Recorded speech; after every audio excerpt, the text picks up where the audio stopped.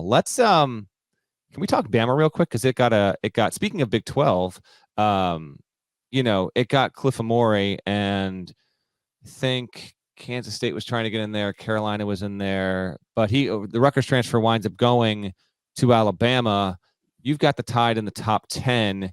Here's your quick refresher on the Tide. They've got Grant Nelson coming back, Latrell Wrightsell coming back, who I want to say he'll be a breakout player, but they have so much coming back. I actually wonder if that'll happen. Jaron Stevenson comes back.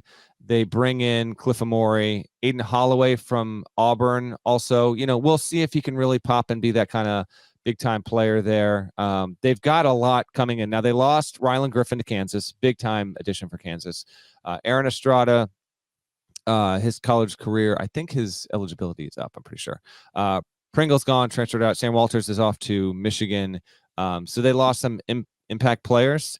But now we just kind of sit and wait on Sears. I think Sears is coming back. I assume you're ranking, you can tell the listeners here, GP, that it factors in Sears returning.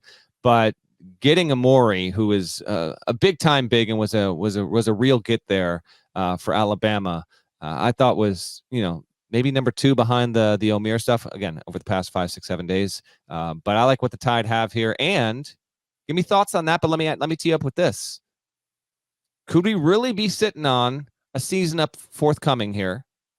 You could kind of make the case last season, but even more so this season. Will Alabama's men's basketball team be better than its football team? Because that's probably happened only a handful of times ever. Kalen DeBoer is going to have no shortage of talent there on the gridiron, and no, we're not going to break down Tide football here. But I do think there's a case, and I think there is a real chance, a very real chance that, let alone GP's rankings, when we get to the AP preseason top 25 in football and in men's basketball, I think there's a very real chance that Alabama is ranked higher going into a season in men's basketball than football.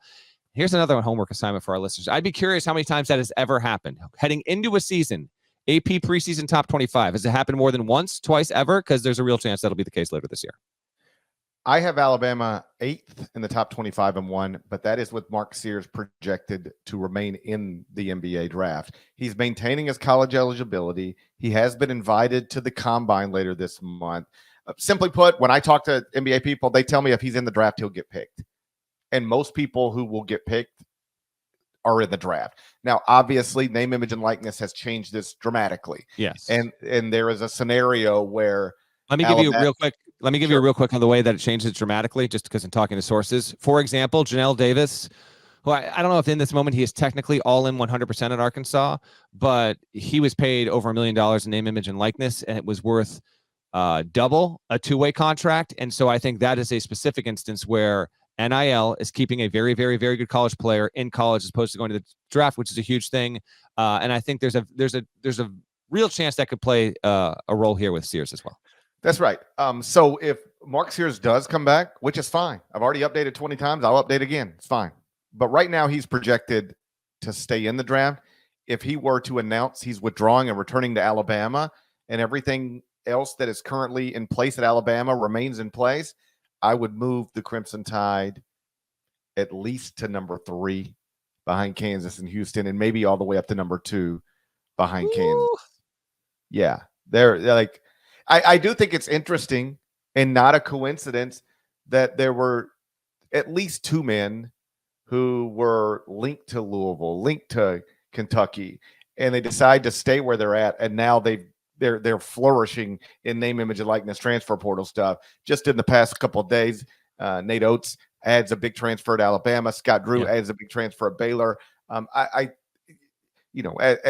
it should surprise nobody, before you agree to reject all overtures, you make sure you've improved your situation. And that used to mean make sure my contract's got as many years as I can get, as much money as I can get. Let's take care of my assistants as well. Let's see if I can get a couple more buy games put into the budget. Let's see if I can get some more recruiting money put into the budget. Now it's also, let's see if I can get my name, image, and likeness collective. Like I got it at 3 million now. Let's see if I can get it to 4.5. I've got it at 4 million now. Let's see if I can get it to 5.8.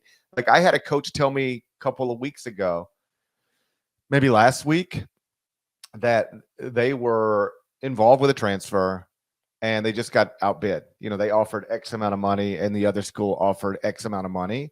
And when he went back to his athletic director, and his athletic director was like, "So what happened?" And he just told him the truth. He was like, they had more money than we had. The AD called him like the next day and was like, "All right, here's another X amount of dollars that you have available to you. Go work." Like, it really, that's where we're at right now. Yeah, no, it's a thing. And basically at the high major level, all this almost seems like tailored for a mailbag question. I'm sure we'll get it. And if we do, we can expound on it on that episode. But if you're a high major program and you're not operating, and not all are, but if you're not operating heading into a portal cycle with at least 3 million, then you're going to be behind when it comes to it. It's all circumstantial. It depends on how many guys you got to add and who you're looking for. But 3 million is now considered the baseline. And coaches that actually feel comfortable at their situation overall, they want to be at a minimum of 4. There are very few Arkansas, the likes of them, Kentucky, that are above that 5 number, approaching 6 overall. But Bama, yeah, they've got themselves a real situation here. I think Sears comes back. Could be wrong. Call it 50-50.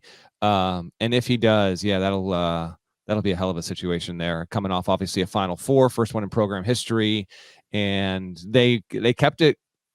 What's interesting is they kept it close against UConn until they didn't, like everyone else. But they actually kept it interesting for more than a half, and they'd have real motivation. That'd be a really fun plot line heading into the season. The idea that you have this football dominant school coming off its first Final Four ever, and then having a bunch of impact players. I think Amori and his impact will be huge. He might provide something that like they didn't have because no Bediako last season.